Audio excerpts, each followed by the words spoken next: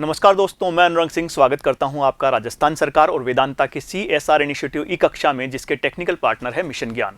दोस्तों, आज हम पढ़ेंगे कक्षा 12 के इतिहास विषय का अध्याय 2, जिसका नाम है भारतीय इतिहास के स्वर्णिम पृष्ठ। दोस्तों, हम पढ़ रहे थे गुप्त साम्राज्य के बारे में और पिछले भागों में हमने बात की थी गुप्त साम्राज्य के बारे में। उन भागों में हमने देखा था कि किस प्रकार भारत में मौर्य साम्राज्य की समाप्ति के बाद एक लंबा अंतराल आता है भारतीय इतिहास में, और हमें कोई एक राजनीतिक संगठन या राजनीतिक सत्ता दिखाई नहीं देती जो पूरे भारत को एक कर सके।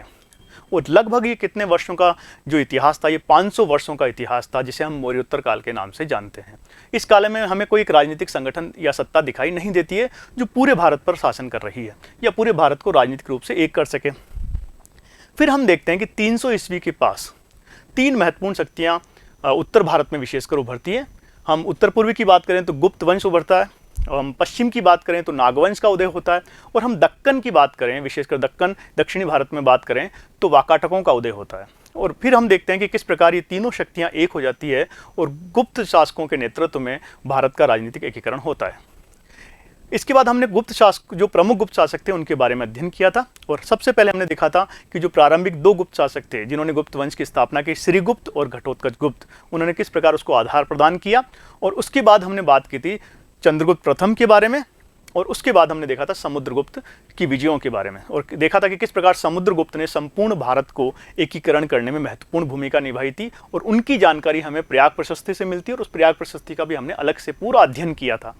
तो किस प्रकार उन्होंने साम्राज्य विस्तार किया, समुद्रगुप्त ने, इसके बारे में अध्ययन किया। इसके बाद हमने देखा कि चंद्रगुप्त द्वितीय, जो समुद्रगुप्त के पुत्र थे, उन्होंने किस प्रकार गुप्त वंश को या गुप्त साम्राज्य को अपनी सर्वोच्च स्तर पर पहुंचाया था। इसके बाद हमने कुछ और गुप्त शासकों की बात की थी, जिनमें हमने बात की कुमारगुप्त की और स्कंदगुप्त की बात हमने की थी, और किस प्रकार उन्होंने हूणों और पुष्य मित्रों के विद्रोह का सामना किया था, इस बात की जानकारी भी हमने प्राप्त की थी।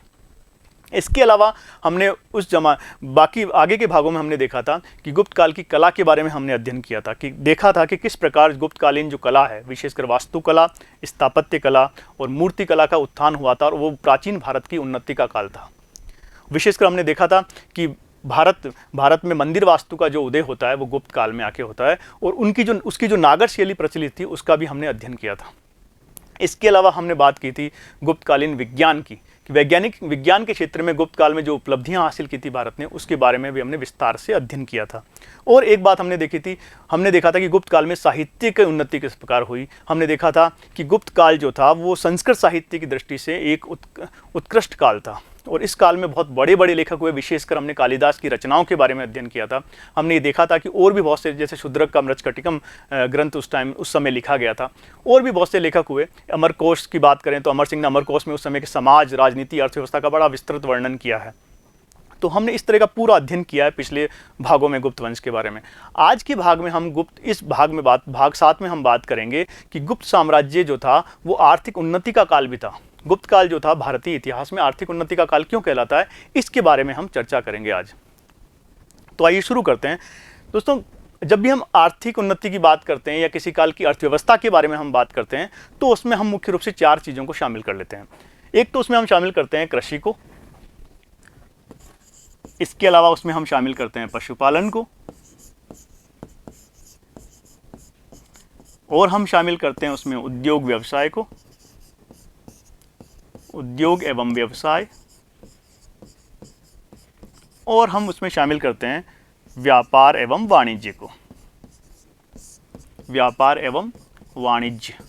तो आपको जब भी किसी भी काल की आर्थिक उन्नति या आर्थिक पक्ष की जानकारी प्राप्त करनी है, अर्थव्यवस्था के बारे में अध्ययन करना है, तो आपको 4 बिंदु जो है, 4 भागों में उस भाग को हम बांट लेते हैं।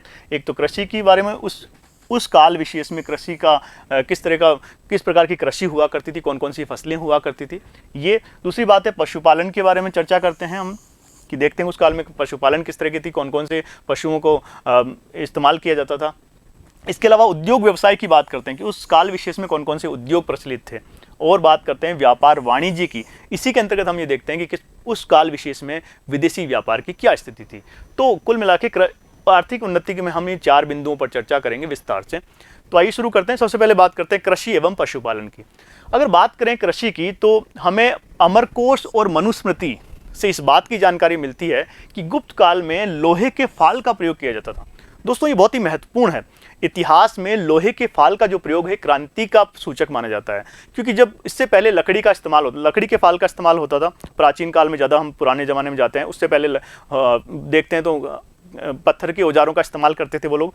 तो लोहे के फाल का जो इस्तेमाल हुआ था उसने एक कृषि के क्षेत्र में क्रांति ला दी थी, क्योंकि लोहे के फाल के प्रयोग करने से क्या होता है कि गहराई में से हम ज़्यादा गहराई में बीज बो सकते हैं और ज़्यादा जो बीज हैं वो उपयोगी हो जाते हैं, उनको फलने फूलने का, उनको पोषित होने का अच्छा अवसर मिलता है ज़्यादा गहराई में। तो लोहे के फाल का जो प्रयोग था वो गुप्त काल में होने लगा था। इसके अलावा बीजों की गुणवत्ता बढ़ाने के लिए भी प्रयास किए गए थे। जैसे आज हम कोशिश करते हैं कि जो बाजार से हम बीज खरीद के लाते हैं उन्नत किस्म के, और फिर हम उसको उगाते हैं, तो वैसे ही बीजों की गुणवत्ता बढ़ाने के लिए भी गुप्त काल में काफ़ी प्रयास किए गए थे शासकों द्वारा या राज्य द्वारा। इसके अलावा धरती की उर्वरा शक्ति में वृद्धि करने का प्रयोग भी उस समय किया। जैसे आज हम खाद का इस्तेमाल करते हैं, तो गुप्त काल के शासकों ने भी प्रयास किया था कि धरती की उर्वरा शक्ति बढ़ाने के लिए और क्या किया जाए। तो इन बातों की जानकारी हमें कहाँ से मिलती है? अमरकोश और मनुस्मृति। तो दोस्तों अगर हम इतिहास में किसी विषय के बारे में बात करते हैं तो वहाँ ये जरूरत हो जाती है इस बात की कि हमें उसके पक्ष में कुछ साक्ष्य प्रस्तुत करने होते हैं। तो जैसे हमने यहाँ बात की अमरकोश और मनुस्मृति की, तो ऐसे जब भी आप अपने तथ्य लिखें इतिहास का कोई भी, तो उसके साथ कोई ना कोई ये किसी ग्रंथ का आप उसके साथ उदाहरण प्रस्तुत करें, या फिर कोई भी आपको अगर अभिलेख लिख सकते हैं तो अभिलेख का वहाँ पर आप वर्णन करें तो जरूरी है। जैसे हम देख रहे हैं कि इन चीज़ों के बारे में अमरकोश और मनुस्मृति ने इस बात को कहा है, तो आपने उत्तर में भी इन चीज़ों को आप शामिल करना चाहिए हमें। फिर हम देखते हैं कि कृषि मुख्य रूप से वर्षा पर निर्भर थी। आज भी भारत की कृषि अधिकांशतः वर्षा पर निर्भर, उस समय भी जो कृषि थी वो वर्षा पर ही निर्भर थी अधिकांशतः। लेकिन हमें राज्य द्वारा सिंचाई की सुविधाएं प्रदान करने के साक्ष्य भी मिलते हैं। राज्य जो था वो सिंचाई की सुविधा के साक्ष्य भी हमें मिलते हैं। जैसे हम देखते हैं कि जूनागढ़ जो अभिलेख है वो हमें बताता है कि किस प्रकार गुप्त शासकों ने सुदर्शन झील का इस्तेमाल करके नहरों की व्यवस्था की थी, किस प्रकार सुदर्शन झील का इस्तेमाल करके उन्होंने पानी की व्यवस्था की थी कृषि के लिए। तो न केवल वर्षा पर निर्भर थी, बल्कि राज्य द्वारा ही प्रयास किया जाता था कि सिंचाई की सुविधा के अन्य वैकल्पिक साधन भी उपलब्ध कराए जाएं। तो दो बातें बहुत महत्वपूर्ण है कृषि को लेकर। अब बात करें कि उस समय कौन कौन सी प्रमुख फसलें उगाई जाती थी। बहुत ही महत्वपूर्ण चीज़ है कि हमेशा जब आप कृषि की बात करें तो आपको पता होना चाहिए काल विशेष में कौन सी फसलें उगाई जाती थी। इस काल की बात करें गुप्त काल की, तो इसमें गेहूं, धान, ज्वार, मटर, दालें, तिल, सरसों, अदरक आदि जो थी प्रमुख फसलें उस समय उगाई जाती थी। और इसका भी जानकारी हमें कहाँ से मिलती है? इसकी जानकारी मिलती है अमरकोश से मिलती है। और अमरकोश के रचयिता आप जानते हैं, अमरकोश की रचना किसने की थी? अमर सिंह ने की थी, जो कि चंद्रगुप्त द्वितीय के एक नवरत्न थे, नवरत्नों में से एक थे। आगे बढ़ते हैं। अब बात करें भूमि के प्रकार की। कितने प्रकार की भूमि प्रचलित थी गुप्त काल के अंदर? गुप्त काल में मुख्य रूप से 5 प्रकार की भूमि प्रचलित थी और उनके नाम इस प्रकार हैं। जैसे वास्तु भूमि। वास्तु भूमि वो भूमि होती थी जिसमें कि भवनों का निर्माण किया जा सके या मकान वगैरह जो बनाए जा सके, उसे बोलते थे वास्तु भूमि। चारागाह भूमि होती थी, जो पशुओं के चरने के लिए जो इस्तेमाल किया जाती उसे चारागाह भूमि कहा जाता था।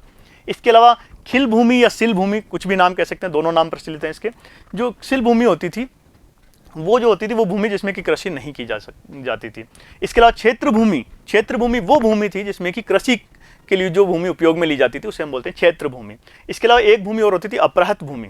अपरहत भूमि का मतलब होता है वो भूमि जो कि परती छोड़ दी जाती थी या फिर बंजर भूमि होती थी, उसे अपरहत भूमि कहते थे। तो इस प्रकार 5 प्रकार की भूमि का उल्लेख हमें गुप्त काल में मिलता है।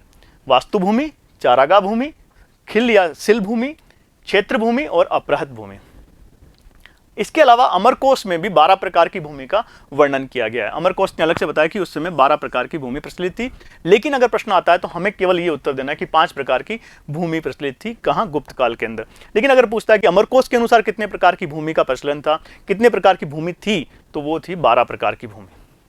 ये हमने कृषि के बारे में बात की है। अब हम बात कर लेते हैं पशुपालन के बारे में।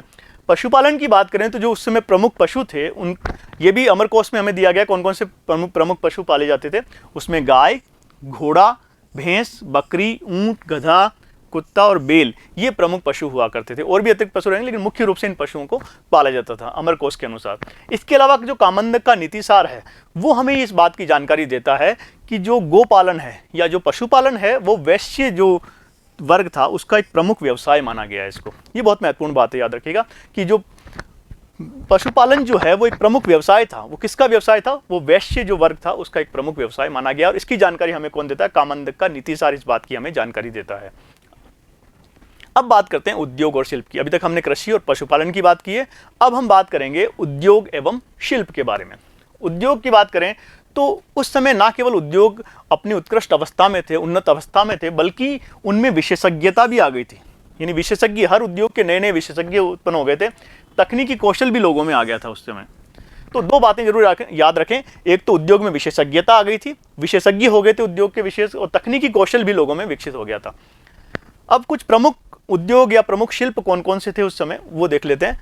सबसे जो प्रमुख उद्योग था वो था वस्त्र निर्माण उद्योग, जो प्राचीन भारत का भी सबसे प्रमुख उद्योग हम देखते हैं। चाहे हम मौर्य काल की बात करें, चाहे मौर्योत्तर काल की बात करें, या फिर हम ये गुप्त काल की बात करें, तो हम देखते हैं कि ये वस्त्र निर्माण जो है वो प्रमुख उद्योग है, प्राचीन भारत का ही नहीं केवल गुप्त काल का भी। इसके अलावा धातु शिल्प भी जो था एक प्रमुख उद्योग था। आभूषण कला यानी आभूषणों का निर्माण करने का जो उद्योग था, शिल्प था, वो भी महत्वपूर्ण उद्योग था। इसके अलावा काष्ठ शिल्प यानी लकड़ी की चीज़ें बनाने का जो शिल्प था वो भी महत्वपूर्ण था। पाषाण शिल्प यानी पत्थर की औजार आदि या पत्थर से कोई चीज़ वस्तु बनाना, वो बहुत महत्वपूर्ण था। हाथी दांत का जो काम था वो भी गुप्त काल में काफ़ी उन्नत अवस्था में था। तो इस प्रकार कुछ प्रमुख शिल्पों के हमने उदाहरण प्रस्तुत किए। जब भी आपको प्रमुख शिल्पों की बात करें तो आप कुछ इनके नाम याद अवश्य रखें। अब देखते हैं कि धातु शिल्प के प्रमुख उदाहरण अगर हम देखें, धातुओं का जो धातु शिल्प एक बहुत ही उन्नत अवस्था में था। तो धातु शिल्प की बात करें तो इसके कुछ उदाहरण हैं हमारे पास, जैसे मेहरौली का लौह स्तंभ। आपको पता है हमने इसकी बार बार चर्चा की, जब भी हम गुप्त काल में आते हैं किसी बात की चर्चा, मेहरौली का लौह स्तंभ की हमने बार बार चर्चा की है। मेहरौली का जो लौह स्तंभ है वो चंद्रगुप्त द्वितीय का ये प्रशस्ति मानी जाती है। तो इस पर क्योंकि इस तरह का रसायन का लेप किया गया कि इस पर आज तक जंग नहीं लग पाई है, तो ये एक बहुत ही उत्कृष्ट उदाहरण है हमें धातु शिल्प का देखने को मिलता है गुप्त काल में। इसके अलावा सुल्तानगंज जो कि बिहार में है, सुल्तानगंज की बुद्ध की जो मूर्ति है वो भी धातु शिल्प का एक उत्कृष्ट नमूना हम देख पाते हैं। इसके अलावा धातु निर्मित विभिन्न सिक्के भी हमें मिले, जो सर्वोत्तम उदाहरण है धातु शिल्प का। जो सिक्के गुप्त शासकों ने जारी किए थे, दोस्तों हमने देखा था कि जो गुप्त वंश का जो इतिहास है, विशेषकर जो उनका राजनीतिक इतिहास है और उनका जो सांस्कृतिक इतिहास है, वो सिक्कों के माध्यम से लिखा गया है। तो सिक्कों का बहुत महत्वपूर्ण भूमिका है गुप्त काल की बात करें, और सिक्के हमें धातु शिल्प का एक महत्वपूर्ण नमूना, एक उत्कृष्ट नमूना दिखाई देते हैं। और इसके अलावा ताम्रपत्रों की बात करें, जो तांबे के जो पत्र जारी किए थे उन पर कुछ लिख कर किसी को अगर भूमि दान की जाती थी, या फिर कोई अगर आपने राजा ने कोई विशेष कार्य किया है तो उसके लिए ताम्रपत्रों का इस्तेमाल किया जाता था। तो ताम्रपत्रों पर लगी जो मोहरें हैं वो भी धातु शिल्प का एक उत्कृष्ट नमूना मानी जाती है, उदाहरण मानी जाती हैं। हमने प्रभावती गुप्ता का जो ताम्रपत्र है उसके बारे में काफ़ी चर्चा की थी। अब बात करते हैं स्वर्ण मुद्राएं। स्वर्ण मुद्राएं की बात करें तो गुप्त काल में कि कला, तकनीक और आर्थिक उन्नति और सौंदर्य का प्रतीक मानी जाती है स्वर्ण मुद्राएं। इसमें 3 प्रमुख शासकों के हम नाम ले सकते हैं। इसमें एक तो चंद्रगुप्त प्रथम की बात करें जिन्होंने स्वर्ण सिक्के चलाए, इसके अलावा चंद्रगुप्त द्वितीय की बात कर सकते हैं, और कुमारगुप्त प्रथम ने सबसे ज़्यादा सिक्के चलाए हैं। तो ये 3 शासकों के नाम महत्वपूर्ण है स्वर्ण मुद्राओं की अगर हम बात करें तो, चंद्रगुप्त प्रथम, चंद्रगुप्त द्वितीय और कुमारगुप्त प्रथम। तो ये हमने देखा था धातु शिल्प की बात। अब बात करें वस्त्र उद्योग। जैसा हमने बताया कि वस्त्र उद्योग जो था वो गुप्त काल का एक प्रमुख उद्योग है। सबसे प्रमुख उद्योग कौन सा है? वस्त्र उद्योग है। दोस्तों भारतीय इतिहास में चाहे वो प्राचीन भारत बात करें, मध्यकालीन भारत की बात करें या आधुनिक जमाने की हम बात करें, तो हमेशा से वस्त्र उद्योग जो है वो भारत का एक प्रमुख उद्योग रहा है, और भारत का पूरी दुनिया में राज रहा है इस उद्योग की अगर हम बात करें तो हमेशा से। और इस उद्योग ने भारत को हमेशा कई संकटों से, आर्थिक संकटों से बचाया भी है। तो अमरकोश हमें ये बात बताता है कि उस समय का जो प्रमुख उद्योग क्या था, वो वस्त्र उद्योग था। इसके अलावा जो विदेशी व्यापार होता था भारत को जो विदेशी मुद्रा मिलती थी, वो उसमें भी इसकी महत्वपूर्ण भूमिका होती थी। किसकी? वस्त्र उद्योग की। तो विदेशी व्यापार में इसकी बहुत ही महत्वपूर्ण भूमिका हम देखते हैं। और किस तरह का जो वस्त्र भारत का बाहर भेजा जाता था, उस समय का जो वस्त्र था, इसकी काफ़ी लंबी कहानियाँ, किस्से हम सुनने को मिलते हैं। हम बचपन में कई तरह की कहानियाँ सुनते थे, किस्से सुनते थे कि भारत का जो मलमल था, भारत का जो रेशम था, बहुत प्रसिद्ध था दुनिया में। उसे एक जो पूरा का पूरा जो थान था, अंगूठी में से निकल जाता था। ये सारी जो कहानियाँ हैं वो गुप्त काल के ही कहानियाँ मानी जाती है। तो इसमें रेशम का जो कपड़ा था, रेशम का कपड़ा मुख्य रूप से किस तरह के वस्त्र हम लोग बाहर भेजते थे विदेशी व्यापार के लिए? रेशम का कपड़ा, मलमल का कपड़ा, जो ढाका का मलमल बहुत प्रसिद्ध था। ढाका जो है आप जानते हैं बांग्लादेश की राजधानी ढाका है। तो उस जमाने में जो बांग्लादेश था वो भारत का ही हिस्सा था, भारतीय उपमहाद्वीप का या भारतीय साम्राज्य का हिस्सा हुआ करते थे। तो मलमल जो था ढाका का वो बहुत ही प्रसिद्ध था। इसके अलावा ऊनी जो वस्त्र थे, ऊन भी बहुत प्रसिद्ध थी भारत की। लीलन आदि जो उद्योग महत्वपूर्ण उद्योग माने जाते थे वस्त्र उद्योग के अंतर्गत। अब बात करें आभूषण निर्माण उद्योग की, तो आभूषण निर्माण उद्योग भी बहुत उन्नत अवस्था में था भारत का उस समय। उसमें सोना, चांदी और विभिन्न प्रकार के रत्नों के जो आभूषण बनाए जाते थे, और आभूषण हम लोग विदेशों में भेजते थे और बाहर से मंगाते भी थे। अब बात करें व्यापार और वाणिज्य की, तो व्यापार और वाणिज्य में जैसा हमने बताया था, व्यापार और वाणिज्य को हम 2 भागों में अक्सर बांट लेते हैं। एक तो इसमें हम शामिल करते हैं आंतरिक व्यापार, यानी कि देश में देशी व्यापार, जो देश के अंदर भीतर विभिन्न स्थानों के बीच होने वाला जो व्यापार है उसे आंतरिक व्यापार कहते हैं, देश के भीतर होने वाला व्यापार। और एक दूसरा इसमें हम शामिल कर लेते हैं विदेशी व्यापार। इसके हमने दो हिस्से, हमेशा इस दो हिस्सों में बांटते हैं, विदेशी व्यापार। इन दोनों बिंदुओं का अलग से हम अध्ययन करेंगे। तो पहले हम ले लेते हैं आंतरिक व्यापार। आंतरिक व्यापार जो था वो उन्नत अवस्था में था और ये मुख्य रूप से सड़कों के माध्यम से होता था और नदियों के माध्यम से। जो आंतरिक व्यापार था वो सड़कों के माध्यम से और कहीं कहीं नदियों के माध्यम से भी होता था। जो नदी मार्ग थे, जैसे कि अगर हम गंगा की बात करें तो एक प्रमुख नदी मार्ग था पूरे भारत में व्यापार करने का। और भी जो नदियां हैं भारत की, वो भी प्रमुख मार्ग हुआ करते थे आंतरिक व्यापार का। और इस आंतरिक व्यापार की उन्नति कैसे हुई, इसका प्रमुख कारण यह था कि उस समय एक राजनीतिक स्थिरता प्रदान की। गुप्त साम्राज्य ने, हम देखते हैं कि प्राचीन काल में मौर्यों के बाद एक लंबे समय के बाद एक राजनीतिक स्थिरता प्रदान की। इसकी वजह से भी व्यापार उन्नत अवस्था में पहुंचा। इसके अलावा जो शांति हो गई, प्रचुर मात्रा में जो स्वर्ण सिक्के ने व्यापार की उन्नत अवस्था को बढ़ाया था। प्रचुर मात्रा में सोने के सिक्के जारी किए गए तो व्यापारियों का विश्वास बढ़ा सरकार के प्रति और राज्य के प्रति जो विश्वास बढ़ गया था, उसकी स्वर्ण सिक्के उसका एक उदाहरण है। इसके अलावा जो दैनिक, हम बात करेंगे दैनिक व्यापार किन किन वस्तुओं का होता था। व्यापार के लिए जो आंतरिक व्यापार में दैनिक उपयोग की वस्तुएं इस्तेमाल की जाती थी और इसके अलावा विलासिता की वस्तुओं का भी व्यापार होता था। इन दो तरह की चीज़ों का आंतरिक व्यापार होता था। एक शब्द और आता है दोस्तों यहाँ, सार्थ। सार्थ शब्द का मतलब होता है भ्रमणशील। जो व्यापारी हुआ करते थे उस जमाने में, गुप्त काल में, उनको हम बोलते हैं सार्थ। जो घूम घूम कर अपना सामान बेचते थे, वो आज भी होते हैं। तो ऐसे व्यापारी जो घूम घूम कर भ्रमणशील होकर अपना व्यापार करते थे, उन्हें हम सार्थ कहते हैं। याद रखिए नाम, आपको सार्थ नाम याद रखना है। और ये जो व्यापारी थे, इनकी नगरीय जीवन में बहुत ही महत्वपूर्ण भूमिका होती है। आज भी हम देखते हैं कि नगरों में, शहरों में कई व्यापारी घूम घूम के अपना सामान बेचते हैं। तो उस जमाने में उनको क्या बोलते थे? उस जमाने में उन्हें सार्थ कहा करते थे। बात करें उपभोक्ताओं और व्यापारियों के हितों के लिए, उस जमाने में नियम बने हुए थे। ये नारद स्मृति और बृहस्पति स्मृति हमें इस बात की जानकारी देती है कि उस समय गुप्त काल में उपभोक्ताओं के लिए और व्यापारियों के हितों की रक्षा के लिए सरकार ने या राज्य ने अनेक प्रकार के नियम बनाए हुए थे। यानी एक तरह से संगठित रूप से व्यापार किया जाता था। व्यापार को बहुत ही गंभीरता से किया जाता था। इसका मतलब यह है, व्यापारिक जो मार्ग थे वो सुगम थे और सुरक्षित थे। इस बात की जानकारी हमें फायान देते हैं। फायान दोस्तों पता आपको किसके समय भारत आए थे? फायान चंद्रगुप्त द्वितीय के समय भारत आए थे और उन्होंने बताया है कि जो व्यापारिक मार्ग थे बहुत ही सुगम थे और सुरक्षित थे, क्योंकि उन्होंने भी कई व्यापारिक नगरों की यात्रा की थी। आगे बढ़ते हैं, अब बात करते हैं कुछ उस समय के कुछ महत्वपूर्ण व्यापारिक नगरों की और औद्योगिक नगरों की बात करते हैं। कौन कौन से थे आपको याद रखने इनके नाम। सबसे पहले बात करें तो उज्जैन जो था वो सर्वाधिक प्रसिद्ध व्यापारिक केंद्र था या औद्योगिक नगर था। सबसे प्रसिद्ध कौन सा था गुप्त काल में? उज्जैन। इसके अलावा बात करें भड़ोच, प्रतिष्ठान, विदिशा, प्रयाग, पाटलिपुत्र, वैशाली, ताम्रलिप्ति, मथुरा, अहिछत्रपुर, कौशाम्बी आदि भी अन्य औद्योगिक नगर और महत्वपूर्ण व्यापारिक केंद्र थे। इस समय आपको बात ये ध्यान रखनी है कि हालांकि राजधानी पाटलिपुत्र था, लेकिन उद्योग की दृष्टि से औद्योगिक नगरी अगर हम किसी को कह सकते हैं तो वो उज्जैन था, क्योंकि उज्जैन जो था वो ऐसी जगह बसा हुआ था। अगर हम बात करें, ये हमारा प्यारा भारत, अगर हम बात करें तो यहां कहीं मध्य प्रदेश में है उज्जैन। तो उज्जैन जो था वो ज्यादातर व्यापारिक मार्गों का, भारत के दक्षिण, उत्तर से लेकर दक्षिण को जाने वाले, पूर्व से पश्चिम जाने वाले व्यापारिक मार्गों का केंद्र पर बसा हुआ था। तो वहाँ इसीलिए जो उज्जैन था एक प्रमुख व्यापारिक नगर के रूप में उभरता हुआ दिखाई देता है। इसके अलावा ये समुद्र के रास्ते के नज़दीक भी था। हम देखते हैं गुजरात के नज़दीक भी था। और ये भी देखते हैं कि इसका महत्व इस बात से पता चलता है उज्जैन का कि जो चंद्रगुप्त द्वितीय थे गुप्त शासक, उन्होंने इसे अपनी दूसरी राजधानी भी बनाया था। तो पाटलिपुत्र का जो दिन थे वो शायद लद गए थे, ऐसा लगता है। पाटलिपुत्र उतना उन्नत अवस्था में नहीं बचा था जैसे वो प्राचीन काल में रहा या मौर्यों के समय रहा या मौर्योत्तर काल में रहा। और इस समय उसका स्थान किसने ले लिया था? उसका स्थान इस समय उज्जैन ने ले लिया था। ओके, तो सबसे ध्यान रखिए, सबसे महत्वपूर्ण व्यापारिक नगर आपको पूछा जाता है गुप्त काल का तो वो है उज्जैन। महाकाल की भूमि उज्जैन, याद रखिए। आगे बढ़ते हैं, अब देखें विदेशी आंतरिक व्यापार के बारे में हमने विस्तार से चर्चा कर ली है। अब हम बात करेंगे विदेशी व्यापार की, जो व्यापार वाणिज्य के अंतर्गत ही हम इसका अध्ययन करते हैं। तो विदेशी व्यापार की अगर हम बात करें तो ये मुख्य रूप से सामुद्रिक मार्ग से होता था। सामुद्रिक मार्ग से व्यापार होता था। अब जो सामुद्रिक मार्ग से व्यापार अगर होता है तो कुछ बंदरगाहों के बारे में भी हमें जानकारी होनी चाहिए। उस समय भारत में पूर्व और पश्चिम में जो प्रमुख बंदरगाह थे उनके नाम आपको यहाँ दिए गए हैं। थोड़ा मैं आपको भारत का नक्शा बना देता हूँ ताकि आपको सहूलियत हो जाएगी इस तरह से देखने में। ये इस तरह से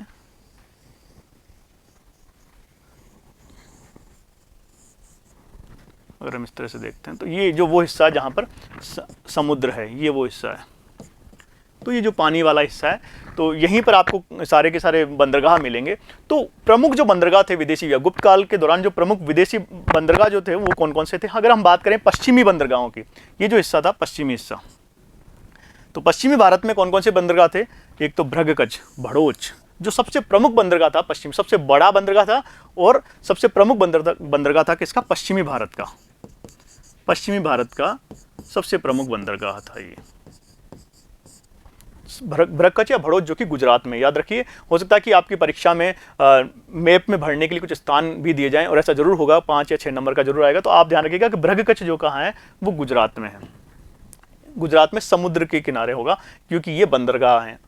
इसके बाद केम्बे जो था, इसके दूसरा नंबर का जो प्रमुख बंदरगाह केम्बे है, जो कि पश्चिम भारत। इसके अलावा सोपार और कल्याण, ये भी 2 अन्य महत्वपूर्ण बंदरगाह थे पश्चिमी भारत के।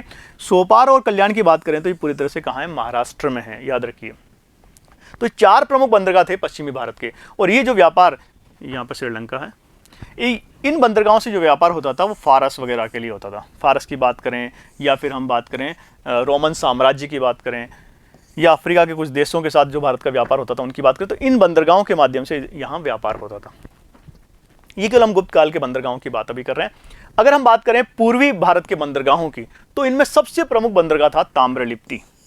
ताम्रलिप्ति जो था वो गुप्त काल का सबसे महत्वपूर्ण बंदरगाह माना जाता है। अगर इन सब में बात करें, सबसे महत्वपूर्ण बंदरगाह था। और ये पूर्वी भारत का भी महत्वपूर्ण बंदरगाह था, क्योंकि दक्षिण पूर्वी जो एशिया के देश हैं, जिसमें हम बात कर सकते हैं चीन को हम शामिल करते हैं, जिसमें हम इंडोनेशिया को शामिल करते हैं, यहाँ इंडोनेशिया कहीं है, वहाँ जो व्यापार होता था ताम्रलिप्ति उसमें महत्वपूर्ण भूमिका। इसके अलावा श्रीलंका में जो व्यापार होता था उसके लिए भी ये बहुत ही महत्वपूर्ण भूमिका निभाता था। इसके अलावा घंटसाला और कदूरा, ये 2 अन्य महत्वपूर्ण बंदरगाह और थे। तो इस प्रकार हमने जो थे बंदरगाह था उनका ढंग से अध्ययन किया। ध्यान रखिए, पश्चिमी भारत के जो बंदरगाह थे उनके नाम याद रखने हैं आपको, और जो पूर्वी भारत की जो प्रमुख बंदरगाह उनके कम से कम आपको 2 बंदरगाहों के नाम तो जरूर याद रखने हैं, ताम्रलिप्ति और भ्रगकच। भ्रगकच तो पश्चिमी भारत का बंदरगाह है और ताम्रलिप्ति जो है पूर्वी भारत का एक प्रमुख बंदरगाह था। और ये जो था गंगा के मुहाने पे बना था। गंगा नदी इस तरह से आती है यहाँ से, ये इसके मुहाने पर बना हुआ था। तो इस तरह से हमने अध्ययन किया है प्रमुख बंदरगाहों का। अब बात करें विदेशी व्यापार के देश, यानी किन किन देशों के साथ भारत का विदेशी व्यापार होता था। तो सबसे महत्वपूर्ण इसमें था चीन। चीन के साथ भारत का व्यापार होता था, अभी हमने चर्चा की। इसके अलावा श्रीलंका के साथ भारत का व्यापार था। और ऐसा माना जाता है कि श्रीलंका के जो लोग थे या व्यापारी थे, वो भारत और रोम के व्यापार के बीच या भारत और चीन के व्यापार के बीच बिचौलियों का काम करते थे ये। इसके अलावा फारस के साथ भारत का व्यापार होता था, फारस की खाड़ी। अरब देशों के साथ भारत का व्यापार था। और इसके अलावा जो रोमन साम्राज्य है, जो पश्चात्यवर्ती जो रोमन साम्राज्य है उसकी बात करें, जिसको बाइजेंटाइन साम्राज्य है, रोमन साम्राज्य हम कहते हैं, उसके साथ भी भारत का व्यापार उन्नत अवस्था में था। और इसके अलावा जो हिंद महासागर के जो अन्य द्वीप थे उनके साथ भी भारत का विदेशी व्यापार होता था। सबसे पहले अगर हम लें चीन और भारत के व्यापार को, तो ये अत्यधिक वृद्धि हुई इसके अंदर गुप्त काल में आके। और चीनी रेशम, विशेषकर भारत में चीनी रेशम की मांग बहुत ज़्यादा थी। चीनी रेशम, जिसे भारतीय ग्रंथों में चिनानशुंक कहा गया है, जिसे चीनी रेशम क्या कहा गया है? चिनानशुक कहा गया है। ध्यान रखिए, नाम आपको भारतीय ग्रंथों में इसका ये नाम मिलता है। उसकी भारतीय बाजारों में अत्यधिक मांग थी। और ऐसा माना जाता है कि जो भारतीय व्यापारी थे वो चीन से रेशम खरीदते थे और बाकी रोम साम्राज्य में जाके उसे बेचते थे, यानी बहुत मुनाफा कमाते थे इससे। और इससे भारत में काफ़ी मात्रा में विदेशी मुद्रा आती थी, जो भारत की उन्नति का एक प्रमुख कारण मानी जाती है। इसके अलावा बात करें कि रोमन साम्राज्य और भारत के बीच जो व्यापार होता था उसकी बात करें, तो यहाँ रेशम और मसाले जो थे वो इस व्यापार की प्रमुख वस्तुएं थी। और भारत जो था वो रेशम के कपड़े और मसाले जो थे वो कहाँ बेचा करते थे? रोमन साम्राज्य, विशेषकर बाइजेंटाइन साम्राज्य में वो इनका निर्यात करते थे। इसके अलावा हम सौंदर्य प्रसाधनों का आयात भी रोमन साम्राज्य से करते थे। तो 2 बहुत महत्वपूर्ण देश हैं, एक तो चीन और रोमन साम्राज्य, जिनके साथ भारत का व्यापार था। अब बात करें कि आयात की वस्तुएं कौन कौन सी थी और निर्यात की वस्तुएं कौन कौन सी थी। तो जिन वस्तुओं का भारत आयात करता था, जिन वस्तुओं का गुप्त शासक आयात करते थे वो कौन कौन सी थी? चीन, अगर हम बात करें चीन से हम क्या मंगाते थे? रेशम हम कहाँ से मंगाते थे? चीन से। जो इथोपिया की बात करें तो हाथी दांत का जो आयात था हम इथोपिया से करते थे। इसके अलावा अरब, ईरान और बैक्ट्रिया अफगानिस्तान में, अरब, ईरान और बैक्ट्रिया से घोड़े मंगाए जाते थे। दोस्तों, अरब के जो घोड़े हैं बहुत ही प्रसिद्ध माने जाते हैं, याद रखें इस बात का, क्योंकि भारत में घोड़ों की उच्च अच्छी किस्म नहीं होती थी, घोड़ों की नस्ल जो थी उच्च नहीं थी, इसलिए हम बाहर से घोड़ों को आयात करते थे। लेकिन भारत जो था हाथियों का देश माना जाता है। उस जब प्राचीन काल में हमने देखा था कि भारत की जो सेना होती थी उसमें हस्ती जो सेना होती थी प्रमुख भूमिका निभाती थी। लेकिन अब जो हम देख रहे हैं कि गुप्त काल में आखिर जो घुड़सेना है, अश्व सेना है, वो भी महत्वपूर्ण भूमिका निभाने लग जाती है। तो काफ़ी मात्रा में घोड़ों का आयात भी किया जाता था। निर्यात की वस्तुओं की बात करें तो निर्यात की जो वस्तुएं थी उनमें मसाले सबसे प्रमुख थे। काली मिर्च वगैरह जो होते हैं मसाले, भारत विदेशों में मसाले भेजा करता था। इसके अलावा बहुमूल्य रत्न का भी हम निर्यात करते थे। इसके अलावा बात करें रेशमी वस्त्रों को, जैसे हम पढ़ चुके हैं पहले कि रेशमी वस्त्रों का भारत निर्यात करता था विदेशों को। इसके अलावा हाथी दांत का भी निर्यात हम करते थे। सुगंधित पदार्थों का निर्यात किया जाता था भारत से, और विभिन्न प्रकार के जो केसर थे उनका निर्यात भी भारत विदेशों को करता था। तो इस प्रकार हमने जो विदेशी व्यापार थी उसमें आयात और निर्यात की वस्तुओं की बात की, बंदरगाह की बात की, प्रमुख देशों की बात की, बड़े विस्तार से इसको हमने देख लिया। अब हम बात करते हैं कि राजस्व के स्रोत क्या थे। गुप्त शासक जो थे वो किस तरह से राजस्व प्राप्त करते थे। दोस्तों, कोई किसी भी बड़े साम्राज्य को चलाने के लिए, किसी बड़े देश को चलाने के लिए राजस्व की बहुत ही महत्वपूर्ण भूमिका होती थी। और हम देखते हैं कि एक संगठित प्रयास किया था गुप्त शासकों ने राजस्व के स्रोतों के रूप में। तो देख लेते हैं, राजस्व का जो प्रमुख स्रोत था वो क्या था? भू राजस्व था। भू राजस्व यानी भूमि से प्राप्त होने वाली जो आय थी वो कहलाती भू राजस्व। तो भू राजस्व जो था वो आय का प्रमुख स्रोत माना गया उस जमाने में। इसके अलावा इसके जो प्रमुख कर हुआ करते थे उनकी बात करें तो 3 प्रकार के प्रमुख कर हमें यहाँ दिए गए हैं। एक तो भाग, एक भोग, एक है ऊपरी कर और उद्रंग। अगर भाग की बात करें तो राजा को भूमि के उत्पादन से प्राप्त होने वाला जो कर था उसे हम बोलते भाग। भूमि से जो कर प्राप्त होता था उसे भाग कहा जाता था। वो 1/6 भाग होता था। यानी भूमि पर जो उत्पादन हो रहा है, भूमि पर कोई फसल बोई जा रही है, जो उससे जो राजा कर लेता था, वो जो टैक्स लगाता था उसे बोलते हैं भाग कर। और ये होता था उस कुल उत्पादन का 1/6 भाग। अब बात करें भोग की, तो भोग ये था, ये व्यक्तिगत कर लेता था राजा। तो भोग जो था, राजा को हर दिन फल फूल सब्जियों या कोई और वस्तु के रूप में प्राप्त होने वाला जो कर था उसे हम बोलते हैं भोग कर कहा जाता है। इसके अलावा एक कर और प्रचलित था, ऊपरी कर या उद्रंग कर। ये भी एक प्रकार का क्या था? भूमि कर ही हुआ करता था। तो 3 प्रकार के कर थे हम देख रहे हैं, भाग, भोग और ऊपरी कर या उद्रंग कर। अब बात करें कि भू राजस्व कितना होता था, तो विभिन्न गुप्त शासकों ने इसको अलग अलग तरीके से वसूल किया था, लेकिन कुल मिलाकर ये 1/4 से 1/6 भाग तक लिया जाता था। भू राजस्व जो था वो 1/4 से लेकर 1/6 भाग तक भू राजस्व गुप्त शासकों द्वारा लिया जाता था। भूमि कर की बात करें तो किस रूप में भूमि कर लिया जाता था, तो दोनों ही तरीके से लिया जाता था। नकद के रूप में लिया जाता था जिसे हम हिरणे कहते हैं, या फिर उसे अनाज के रूप में भी लिया जाता था जिसे मय कहा जाता है। तो नकद या अनाज के रूप में भूमि कर जो था वो लिया जाता था। राजस्व के अन्य स्रोतों की बात हम करें तो इसमें भूमि, रत्न, खाने, नमक आदि से भी राजस्व की प्राप्ति होती थी। अब बात करते हैं दोस्तों श्रेणी संगठनों की। एक अलग चीज है ये गुप्तकालीन भारत की एक अलग विशिष्ट विशेषता मानी जाती है, एक महत्वपूर्ण विशेषता मानी जाती है गुप्तकालीन भारत की। ये अगर बात करें श्रेणियां क्या होती है, श्रेणियां क्या है? एक तरह का संगठन होता है। ये किसका संगठन? जो व्यापारी होते हैं, शिल्पी होते हैं, उद्योगपति होते हैं, उनका जो संगठन होते थे, यानी कि शिल्पियों, उद्यमियों और व्यापारियों के जो संगठन थे उन्हें ही हम क्या कहते हैं? श्रेणी कहते हैं। क्या बोलते हैं उन्हें? श्रेणी। तो श्रेणियों में क्या है? शिल्पियों, उद्यमियों और व्यापारियों का संगठन है, श्रेणी कहलाता है। इनको और भी कई नामों से जानते हैं, जैसे कि निगम और गण भी इनके अन्य नाम है। इन श्रेणियों के जो अपने नियम होते थे और उनका अपना कोष होता था, यानी इन्होंने अपने लिए आचार विचार के लिए नियम बना रखे थे, आचार व्यवहार के लिए, दिन प्रतिदिन के कार्यों के लिए इन्होंने अपने नियम खुद बनाए थे। इसके अलावा इनके कोष भी होते थे व्यक्तिगत तौर पे अपने खर्चे के लिए। अब बात करें श्रेणियां क्या क्या कार्य करती थी। श्रेणियों के जहां तक कार्य की बात, हमने 3 भागों में इनको बांटा है, 3-4 भागों में। सबसे पहले बात करें बैंकिंग का कार्य करती थी ये। बैंकिंग का मतलब होता है कि ये ऋण देती थी, ब्याज पर ऋण देने का कार्य भी करती थी। इसके अलावा वो निधियां ब्याज पर रखती थी। निधियां मतलब किसी की वस्तु रख ली उसे और उसके बदले उसको पैसा दे दिया। तो बैंकिंग का कार्य ये श्रेणियां करती थी, ब्याज पर ऋण देने का कार्य और निधियां ब्याज पर रखने का कार्य करती थी बैंकिंग कार्य के रूप में। फिर बात करें सामाजिक कार्य भी करती थी, लोगों के कल्याण के लिए भी कार्य करती थी, अपनी श्रेणियों के कल्याण के लिए भी ये कार्य करती थी। इनमें हम मुख्य रूप से देख सकते हैं कि सभागृहों का निर्माण करते थे ये।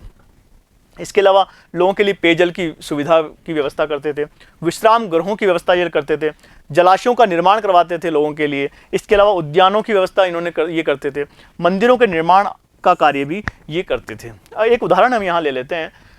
एक उदाहरण देखें श्रेणियों की जो कार्य हैं उनका उदाहरण अगर हम देखें, सामाजिक कार्यों का उदाहरण है मुख्य रूप से। हम देखते हैं कि मंदसौर अभिलेख जो कुमारगुप्त प्रथम के समय का है, उसमें लिखा हुआ है कि जुलाहों की एक श्रेणी द्वारा सूर्य मंदिर का निर्माण करवाया गया था। इससे पता चलता है कि जो श्रेणियां थी काफी संपन्न अवस्था में हुआ करती थी। तो सूर्य मंदिर के निर्माण के लिए उन्होंने बड़ी मात्रा में धन अनुदान में दिया था। तो जुलाहों की एक श्रेणी के सूर्य मंदिर निर्माण का उदाहरण हमें मिलता है, कहाँ मिलता है? मंदसौर अभिलेख मिलता है, जो कि गुप्त शासक कुमारगुप्त प्रथम का है। इसके अलावा ये श्रेणियां न्यायिक कार्य भी करती। न्यायिक कार्य का मतलब होता था ये अपने सदस्यों के लिए सजा का प्रावधान भी करती थी। अगर कोई इनका कोई सदस्य, श्रेणियों का कोई सदस्य अगर नियमों को तोड़ता था, नियमों को भंग करता था, तो वो उसके लिए न्यायिक कार्य भी करती थी। अब बात करते हैं श्रेणियों के जो प्रधान हुआ करते थे। इन श्रेणियों के जो प्रधान होते थे उन्हें ज्येष्ठक कहा जाता था। क्या कहते थे? उन्हें ज्येष्ठक कहा जाता। बहुत इंपॉर्टेंट है, कई बार परीक्षा में पूछा गया। ज्येष्ठक उन्हें कहा जाता था। और ये ज्येष्ठक का जो पद होता था वो आनुवांशिक पद होता था। ये पद आनुवांशिक था, ध्यान रखें। आनुवांशिक होने का मतलब ये होता है कि इस पद पर उसके पिता के बाद उसका पुत्र जो था इस पद पर बैठता था। ये ज्येष्ठक का जो पुत्र होता था वही ज्येष्ठक बनता था। तो ये जो पद होता था ये आनुवांशिक था। एक अलग बात है, विशेष बात है, ध्यान रखें। अब बात करें निगमों की। श्रेणियों में हमने देखा था कि श्रेणियों को निगम भी कहा जाता था। तो निगम क्या होते थे इसका अलग से देख लेते हैं। ये श्रेणी से बड़ी संस्था होती थी, ध्यान रखिए। श्रेणी से थोड़ी सी बड़ी संस्था होती थी, उसे निगम कहा जाता था। और ये मुख्य रूप से व्यापारियों की समितियां होती थी। किनकी समितियां थी ये मुख्य रूप से व्यापारियों की समितियां हुआ करती थी। और इसमें शिल्प श्रेणियां भी शामिल हुआ करती थी। जो शिल्पकार थे उनकी श्रेणियां भी इसमें शामिल थी, क्योंकि निगम जो था कई श्रेणियों से मिलकर बनता था। तो निगम श्रेणी से बड़ा होता था और व्यापारियों की एक संस्था हुआ करती थी ये। और इसका जो प्रधान होता था उसे हम कहते हैं श्रेष्ठी। उसके प्रधान को क्या बोलते हैं? उसके प्रधान को श्रेष्ठी कहा जाता है। एक और महत्वपूर्ण शब्द यहाँ पर है सार्थवाह। दोस्तों, व्यापारिक कारवां का नेतृत्व करने वाला जो व्यक्ति था, जब व्यापार करने के लिए व्यापारी मिलकर एक जगह से दूसरी जगह जाते थे और जो उनका कारवां बनता था उसका जो नेतृत्व करने वाला व्यक्ति होता था उसे सार्थवाह कहा जाता था। तो इस प्रकार हमने पूरा ढंग से देख लिया है कि किस विदेशी व्यापार के बारे में अध्ययन हमने ढंग से कर लिया, और पूरा किस प्रकार से आर्थिक उन्नति होती है गुप्त काल में, पूरा विस्तार से अध्ययन हमने अभी कर लिया है। अब हम इस निष्कर्ष पे पहुंचते हैं गुप्त काल के बारे में पूरा विस्तार से अध्ययन करने के बाद कि गुप्त काल वाकई में प्राचीन भारत का एक स्वर्ण युग था। ये स्वर्ण युग था। तो यहाँ एक हमने विश्लेषण प्रस्तुत किया है आपको एक संक्षेप में बताने का प्रयास किया है कि किस प्रकार भारत का स्वर्ण युग माना जाता है गुप्त काल को। विशेषकर प्राचीन भारत का इसे स्वर्ण युग कैसे माना जाता है। हमने पूरे अध्याय में ये अध्ययन किया था कि किस प्रकार गुप्त साम्राज्य के साम्राज्यी शासक थे उन्होंने किस प्रकार से एक सुव्यवस्था स्थापित करने की कोशिश की, एक राजनीतिक एकता स्थापित करने की पूरे भारत में कोशिश की थी। इसके अलावा हमने देखा था कि कला के क्षेत्र में कितनी उन्नति प्राप्त की गुप्त काल में आकर। इसके अलावा देखा साहित्य के क्षेत्र में, विज्ञान के क्षेत्र में और अर्थव्यवस्था के क्षेत्र में कितनी उन्नति की भारत में गुप्त काल के अंतर्गत। तो अब हम इसका एक विश्लेषण यहाँ प्रस्तुत करने जा रहे हैं ताकि आपको ये स्पष्ट हो जाए कि भाई गुप्त काल जो था भारत का स्वर्ण युग किस तरह से है। तो देख लेते हैं। सबसे पहले बात करें कि क्योंकि पहली बार मौर्यों के पश्चात भारत में राजनीतिक एकता स्थापित हुई थी। हमने देखा था कि मौर्य साम्राज्य समाप्त होने के बाद 185 ईसा पूर्व में जब अंतिम मौर्य सम्राट की हत्या हो जाती है, उससे लेकर 500 वर्षों तक लगातार जो काल था मौर्योत्तर काल में, कई बार उसे अंधकार युग के नाम से भी हम जानते हैं। उस काल के बाद गुप्त शासकों ने भारत को एक राजनीतिक एकता प्रदान की और पूरे भारत को एक राजनीतिक क्षेत्र में लेके आए। तो इसे राजनीतिक एकता का काल कहा जाता है। इसीलिए ये स्वर्ण युग माना जाना चाहिए, क्योंकि काफ़ी समय पश्चात प्राचीन भारत में एक राजनीतिक एकता स्थापित हुई थी। इसके अलावा एक बात और है कि जो जन सामान्य था उनमें हम एक उच्च नैतिक आचरण को हम देखते हैं, क्योंकि फायान जो थे उस समय भारत आए थे, चंद्रगुप्त द्वितीय के समय जो भारत आए थे या चीनी यात्री फायान, उनका ये मानना था कि जो भारत जो था वो एक बहुत ही शांति प्रिय देश था और यहाँ किसी प्रकार की चोरी नहीं होती थी और लोग एक उच्च नैतिक आचरण का व्यवहार करते थे। तो ये हम देखते हैं कि ये भी एक तरह से स्वर्ण युग है भारत के लिए, क्योंकि लोगों का जो नैतिक आचरण था बहुत ही उच्च हमें दिखाई देता है। इसके अलावा बात करें कि आर्थिक समृद्धि का काल भी ये था। गुप्त काल जो था, अभी हमने पढ़ा, आर्थिक समृद्धि का काल भी ये था, क्योंकि अर्थव्यवस्था का मौद्रीकरण हो चुका था इस समय। काफ़ी हद तक अर्थव्यवस्था का मौद्रीकरण हो चुका था, क्योंकि हम देख रहे हैं कि सभी गुप्त शासकों ने किसी न किसी प्रकार के सिक्के प्रचलित कराए थे, और सर्वाधिक मात्रा में अगर हमें सिक्के मिलते हैं भारतीय इतिहास, प्राचीन भारतीय इतिहास में, तो गुप्त काल में ही मिलते हैं। इस जो हमें अर्थव्यवस्था की मौद्रीकरण की ओर संकेत देता है। तो अर्थव्यवस्था का जो मौद्रीकरण है वो आर्थिक समृद्धि का एक सूचक माना जा सकता है। इसके अलावा उद्योग व्यवसाय की उन्नति भी हम देखते हैं। यहाँ पर आके हम देखते हैं कि किस प्रकार भारत का जो विदेशी व्यापार है, विदेशों के साथ जो भारत का व्यापार है, वो उन्नत अवस्था में हो जाता है। खासकर वस्त्र व्यापार जो था, मसालों का जो व्यापार था भारत का, वो विदेशों के साथ उन्नत अवस्था में पहुंच जाता है। तो उद्योग व्यवसाय की उन्नति भी हम यहाँ देखते हैं। इसके अलावा विदेशी व्यापार की उन्नति की बात की, इसके अलावा एक विशेषता हम ये देखते हैं कि श्रेणी संगठनों का विकास होता है, जो एक तरह से आर्थिक उन्नति का ही प्रतीक माना जाता है। इसके बाद बात करें कि कला के क्षेत्र में विशेषकर स्वर्ण युग माना जाता है। दोस्तों, अगर हम स्वर्ण युग की बात करें और उसमें से हम किसी को कुछ पॉइंट्स लेना चाहें, तो उसमें सबसे महत्वपूर्ण होता है कला का, विशेषकर कला के क्षेत्र में स्वर्ण युग माना जाता है। भारतीय कला के लिए क्लासिकल युग माना जाता है, इसे पुनर्जागरण का युग माना जाता है भारतीय कला की दृष्टि से, क्योंकि इसमें भारतीयता, इसकी जो कला की जो प्रमुख विशेषताएं जब हमने पढ़ी थी, तो हमने देखा था कि इसमें भारतीयता आ गई थी। इसका मतलब ये होता है कि भारतीयता का मतलब ये हुआ कि उस समय जो कला थी वो पूरी तरह से विदेशी प्रभाव से मुक्त हो गई थी, और उसमें भारतीय विषयों पर ही चित्र बनाए गए थे, भारतीय विषयों पर ही मूर्तियां बनाई गई थी। और ये भी देखा था कि किस प्रकार गुप्त काल में पहली बार भारत में मंदिर निर्माण की जो वास्तुकला है उसका उत्थान होता है, उसका उदय होता है, ये हमने देखा था। और हमने देखा था कि किस प्रकार नागर शैली में उस समय पहली बार नागर शैली उत्तर भारत में इस्तेमाल होती है, और मंदिर निर्माण जो नागर शैली में आज भी हो रहे हैं, उनका आधार जो है वो कहीं ना कहीं कौन है, ये गुप्त काल ही उनका आधार माना जाता है। इसके अलावा भारतीय जो कला थी उसमें शालीनता भी हम देखते हैं, उसमें काफ़ी शालीनता की विशेषता प्रमुख है।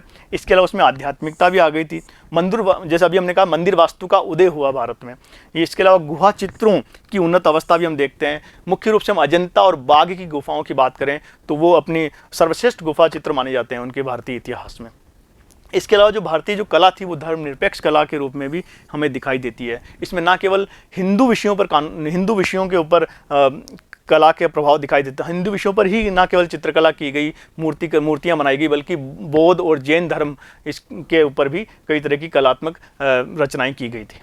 इसकी बात करें, इसके अलावा बात करें साहित्य की उन्नति का काल भी इसे हम मानते हैं। विशेषकर ये संस्कृत साहित्य की उन्नति का काल माना जाता है, क्योंकि संस्कृत साहित्य में अलंकारिक भाषा का उत्थान हम इस युग में देखते हैं। हम देखते हैं कई प्रसिद्ध संस्कृत के विद्वान हम इस युग में देखने को मिलते हैं। जैसे कालिदास की हम बात कर लेते हैं, शूद्रक की बात हम करते हैं, अमर सिंह की बात करें, तो ऐसे बहुत ही महान ग्रंथ लिखे गए थे इस काल विशेष में आकर, संस्कृत की अगर हम बात करें। इसके अलावा हिंदू विधियों को अंतिम रूप दिया गया, यही वो काल था जिसमें हिंदू विधियों को अंतिम रूप दिया गया है। और आज जो हिंदू कानून हमारे पास है वो इसी समय लिखे गए थे। मनुस्मृति को आधार बनाकर बाकी सभी स्मृतियाँ लिखी गई थी, तो हिंदू विधियों का भी अंतिम रूप इसी काल में दिया गया था। इसके अलावा हमने ये भी देखा था कि नालंदा विश्वविद्यालय की स्थापना भी इसी में हुई थी, जिसकी ख्याति ना केवल भारत में थी बल्कि भारत से बाहर भी उसकी देश विदेश में ख्याति थी, और देश विदेश से लोग वहां पढ़ने आते थे। वहां प्रवेश के लिए एक परीक्षा का आयोजन किया जाता था, ये हमने देखा था। तो नालंदा विश्वविद्यालय की स्थापना भी गुप्त काल में ही होती है।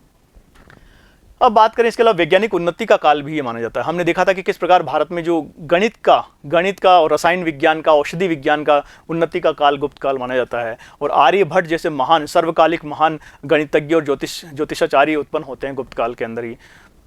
और भारत की उन्नति के बारे में जितनी बात करें तो दशमलव प्रणाली जो भारत ने दी दुनिया को वो है। इसके अलावा पाई के मान की बात करें, पृथ्वी गोल है, आर्यभट्ट ने बताया पहली बार कि पृथ्वी गोल है और वो अपनी धुरी पर घूमती है। और इसके अलावा आर्यभट्ट ने हमें ये भी बताया था कि किस प्रकार जो ग्रहण होता है उसका वैज्ञानिक कारण भी सबसे पहले आर्यभट्ट ने ही दिया था। विदेशों में भारतीय संस्कृति का प्रचार भी विशेषकर इस काल में होता है। हम देखते हैं कि इंडोनेशिया, भारत से बाहर चीन वगैरह में भारत की धार्मिक और सांस्कृतिक जो प्रचार होता है इस काल में अपने चरमोत्कर्ष काल पे हम देखते हैं। इसके अलावा धार्मिक उन्नति का काल भी ये मुख्य रूप से था, क्योंकि भारत में धार्मिक सहिष्णुता का काल इसे माना जाता है। इस काल में हम देखते हैं कि सभी तरह की मूर्तियां और सभी तरह के मंदिर और मठ वगैरह बनते हैं। बात करें कि अगर हम बौद्ध धर्म की बात करें तो बौद्ध धर्म ना केवल भारत में फैलता है बल्कि भारत के बाहर चीन, दक्षिण कोरिया वगैरह यहाँ भी जाकर बौद्ध धर्म का प्रचार प्रसार होता है। इसके अलावा हिंदू धर्म भी हम देखते हैं कि हिंदू धर्म भी अपने उत्थान पर होता है, और हिंदू धर्म के लिए तो एक तरह से पुनर्जागरण का काल ही माना जाता है। इसके अलावा सबसे महत्वपूर्ण बात जो हम देखते हैं कि जो गुप्त काल था, गुप्त काल की जितनी उन्नति थी उसने हमारे स्वतंत्रता संग्राम को बहुत प्रेरित किया था। यानी जब भारत अपनी आज़ादी की लड़ाई लड़ रहा था उस समय जो गुप्त काल की जो उन्नति थी उससे कहीं ना कहीं प्रेरणा प्राप्त की थी हमारे आज़ादी के सिपाहियों ने। हमारे स्वतंत्रता सेनानियों ने उससे प्रेरणा प्राप्त की थी। तो ये बहुत ही महत्वपूर्ण भूमिका हम देखते हैं। तो इस प्रकार हम देखते हैं कि जो गुप्त काल है वो भारत का चहुमुखी विकास उसमें होता है, और वास्तव में सही अर्थों में उसे हम गुप्त काल को भारत का स्वर्ण युग कह सकते हैं, विशेषकर प्राचीन भारत का स्वर्ण युग कह सकते हैं। और अंत में श्री अरविंद का एक वाक्य हम जरूर याद रखें। उन्होंने लिखा है कि भारत ने अपने इतिहास में अपनी जीवन शक्ति को विभिन्न क्षेत्रों में इतना पल्लवित होते हुए कभी नहीं देखा जितना कि गुप्त काल में देखा था। इसका मतलब हर क्षेत्र में भारत ने उन्नति की थी, पल्लवित हुआ था भारत का हर क्षेत्र। तो इस प्रकार हम देखते हैं श्री अरविंद का ये वाक्य जो है वास्तव में बताता है कि जो गुप्त काल था प्राचीन भारत का स्वर्ण युग था। तो दोस्तों, हमने गुप्त काल का जो पूरा टॉपिक है वो समाप्त कर लिया है, उसके बहुत विस्तार से अध्ययन किया है। आगे के भाग में हम इसके प्रश्नोत्तरों पर चर्चा करेंगे। तब तक के लिए धन्यवाद।